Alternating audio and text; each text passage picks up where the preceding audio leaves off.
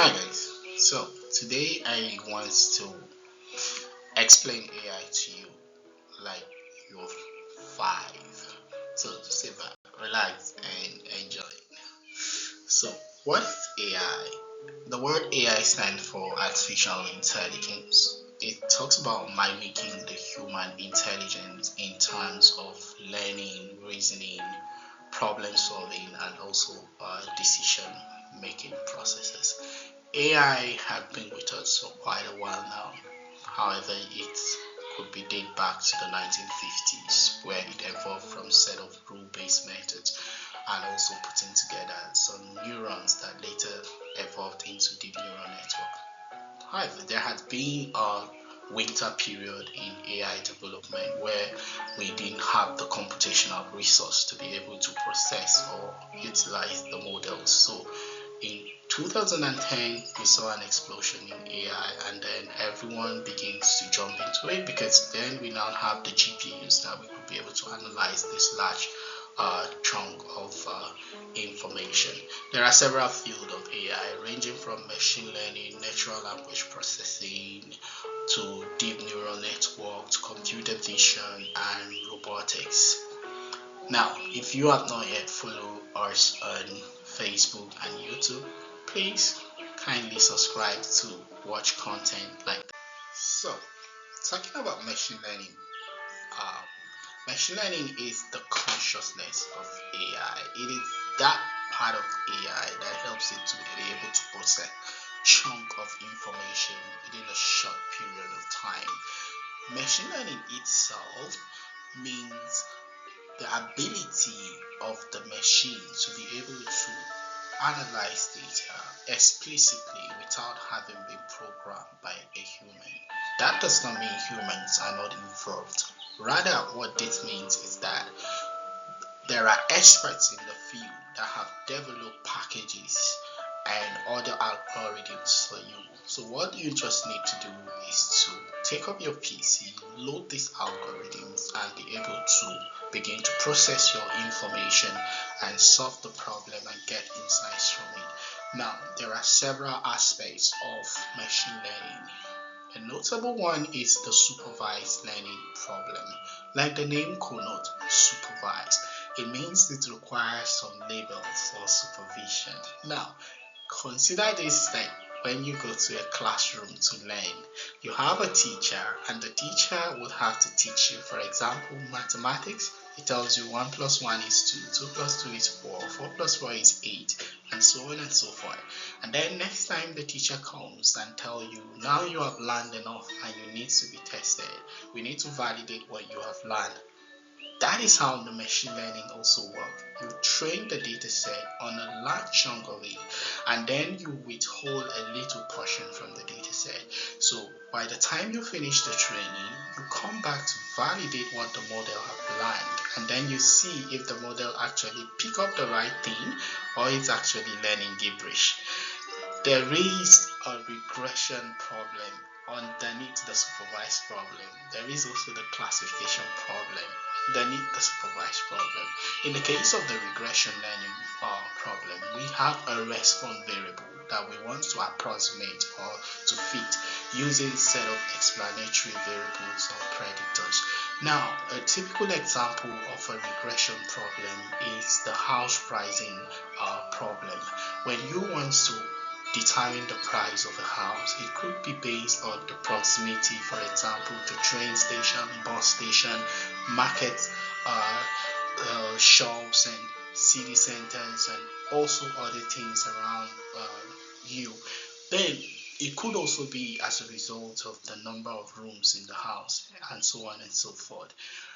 There is also the case of the stock price. When you want to determine if the stock is going to go up or is going to fall, it's going to be based on certain economic in metrics in that particular country. There is also the classification problem.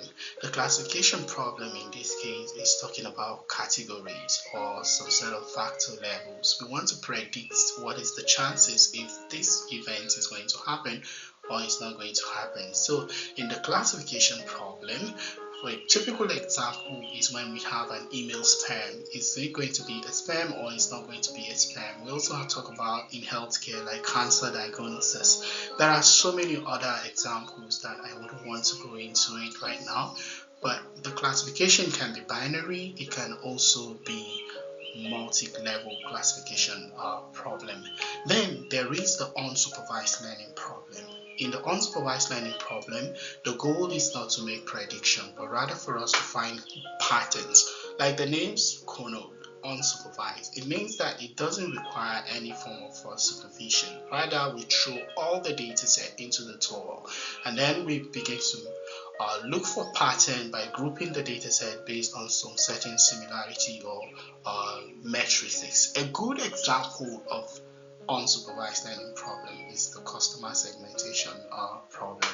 Then there is this reinforcement learning. In the reinforcement learning, we talk about a rewarding system where the model or the algorithm is being penalized when it gets it right, and when it fails, it gets rewarded when it gets it right, and when it fails, it gets punished. A typical example is gaming and also in areas of robotics. There are also other aspects that we see springing up lately, like the generative AI. So, what are the real world classical cases of this AI?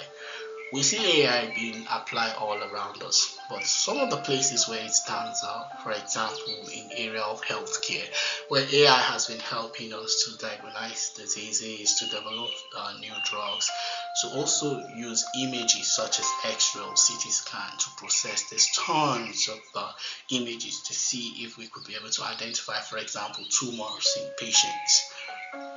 AI has also been applied in the area of human resources. It could help in speeding up communication pipeline. It could also help to upskill training of the employers. There are also areas like e-commerce where we see AI being personalized into the pipeline. For example, Amazon use that. You see that most times they bring up things that you have already buy in the past based on your shopping preference. We also see Netflix use that in suggesting movies for you. We see AI applied in area of risk management and supply chain, where, for example, we identify minimal routes or paths that could help us to allocate resources effectively. We also see area of finance where AI is applied in places like internet banking, cryptocurrency trading, in fraud detection, and also in cybersecurity. We also see AI applied in areas of transportation, such as helping you with booking, checking up in hotels, and so on and so forth. We also see in area of self-driving car by Tesla, and also areas like drone development. There are also other areas that AI is applied, for example, in making smart assistants from IoT devices. A good example is things like Siri and also Alexa and ChatGPT and so on and so forth. I would like us to zoom in a bit into healthcare, where I basically specialize. So we apply AI in diagnosis of diseases and in also identification of diseases, like I stated earlier. We also use AI in medical diagnosis. We use AI, for example, in personalized medicine. The fact that all the patients are suffering from the same disease, for example, chronic kidney disease, does not mean they are going to progress at the same pace. So we need to identify patients that are more at risk of that disease as a result of predisposed risk factors, and then those patients could be treated based on what is happening, based on their genetics or based on some certain interactions that is going on from their data set. So we use AI a lot for predictive medicine. We use it for administrative workflow. We also use it for drug discovery and also for medical documentation and chatting with the patient and so on and so forth. So as I begin to wrap up, I want you to know that I am here for you, and if you ever want or you are interested in certain area of AI, you could always reach out to me for consultation services. You could also schedule one-to-one discussion with me where I could take you through and guide you on how you could integrate AI into your organizational workflow and into your own personal or research project development. So thank you very much, and don't do endeavor to reach out when you need one. I see you in my next post. Bye for now.